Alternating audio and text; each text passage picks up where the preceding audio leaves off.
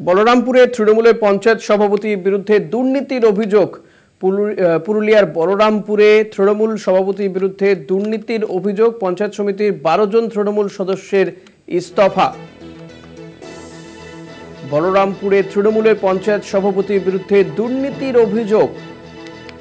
পুরুলিয়ার বলরামপুরে তৃণমূলের পঞ্চায়েত সভাপতির বিরুদ্ধে দুর্নীতির অভিযোগ। 12 জন তৃণমূল সদস্যের ইস্তফা।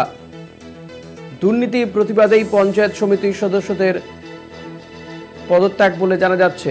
পঞ্চায়েত সমিতির সভাপতির বিরুদ্ধে দুর্নীতির অভিযোগ। বলরামপুর, সেখানে তৃণমূলের পঞ্চায়েত সমিতির সভাপতির বিরুদ্ধে দুর্নীতির অভিযোগ। পঞ্চায়েত সমিতির 12 জন তৃণমূল সদস্যের ইস্তফা।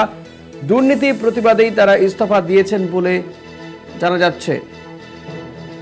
পুরুলিয়ার বলরামপুরে তৃণমূলের পঞ্চায়েত সমিতির সভাপতির বিরুদ্ধে দুর্নীতির অভিযোগ। ঠিক কি অভিযোগ উঠেছে জানবো আমাদের প্রতিনিধি শওকত আলীর কাছ থেকে। শওকত, কি অভিযোগ এই পঞ্চায়েত সমিতির সভাপতির বিরুদ্ধে?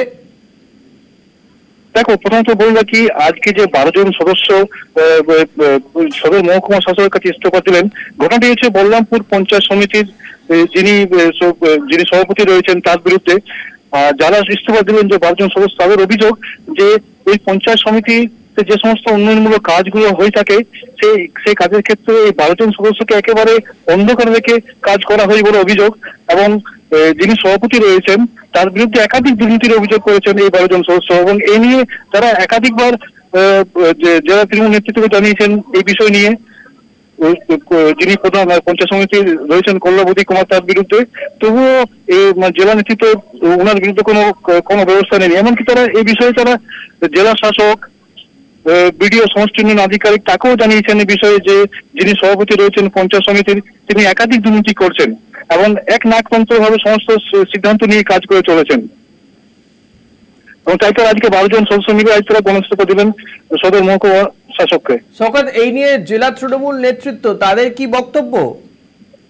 দেখো, তুমি বলে রাখি, এই যে 12 জন সদস্য আজকে পদত্যাগ দিলেন, একসাথে গণইস্তফা দিলেন, তারা একাধিকবার জেলা তৃণমূল নেতৃত্বকে জানিয়েছেন, কিন্তু এই বিষয়ে যিনি সভাপতি রয়েছেন কল্যাবতী কুমার, জেলা তৃণমূল নেতৃত্ব তাকে এই বিষয়ে একাধিকবার বিষয়টি নিয়ে বোঝানো হয়েছে যে আপনার সব একসাথে মিলে কাজ করুন, কিন্তু তারপরেও দেখা গেছে যে অভিযোগ করছে 12 জন সদস্য যে তিনি একনায়কতন্ত্র, অর্থাৎ একাকী সমস্ত কাজ করে যাচ্ছেন এবং একাধিক দুর্নীতি করছেন বলে অভিযোগ করছেন তারা।